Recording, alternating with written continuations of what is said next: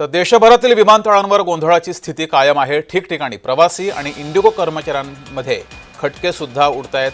प्रवास करणारे प्रवासी हे प्रचंड संतापलेले आहेत। त्यामुळे इंडिगोचे कर्मचारी, विमानतळावरील कर्मचारी आणि प्रवासी यांच्यामध्ये खटके होत आहेत। 4 दिन से 3 दिन से बिना खाए पिए सोए यहाँ पे खड़े। ऐसा करने से प्यार से बोले मैडम प्यार से बोले हम 3 दिन से प्यार से बोल रहे हैं। क्या इधर आके भाषण मत दे, पीछे में निकाल तेरे को निकल ऐसे।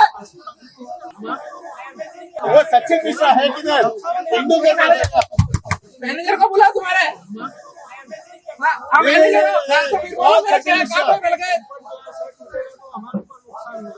नो ये सतीश है। वेरी सचिन मिश्रा और ऊपर से भड़क रही जैसे कि तुम्हारे घर का कहता हूँ कि मैं क्या